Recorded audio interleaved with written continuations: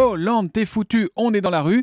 Et juste derrière lui, il y en a un deuxième, un manifestant, qui précise « Oui, enfin, jusqu'à 16h30. Hein. » En 10 ans, on a effectivement perdu environ 13% de pouvoir d'achat. C'est une rémunération qui est encore aujourd'hui extrêmement uniforme et qui ne dépend pas en réalité de votre travail. Finalement, on a l'air de penser que soit la productivité n'a pas d'importance, soit travailler dans la fonction publique doit être une sorte de sacerdoce. Ce sont des sortes de prêtres laïcs qui doivent être intéressés uniquement par leur service. Dans la période actuelle, nous avons demandé des efforts réels à l'ensemble des fonctionnaires de France.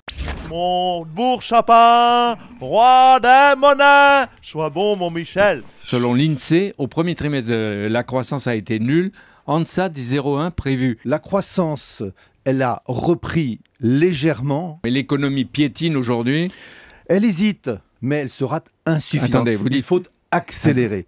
Ségolène Royal dans Paris Match, je suis obligé de parler d'elle, s'en prend aux baronnies locales, à Arnaud Montebourg et à vous-même, vous êtes tous traités de machos. Faute de pouvoir empêcher les sorties de route de la ministre, l'entourage du Premier ministre n'est pas mécontent d'avoir obtenu au moins très vite son rétropédalage. C'est pas moi une femme qui a du caractère, c'est une femme qui a de la présence, c'est une femme qui a de la flamboyance et c'est une femme qui a de la compétence et c'est ainsi qu'elle agit comme ministre. Ségolène Royal est singulière, ingérable, instinctive et ambitieuse, mais surtout intimement convaincue d'être au-dessus du lot. Oui, c'est Ségolène, écoutez, pourquoi ce n'est pas ma voiture électrique, la voiture officielle de Cannes?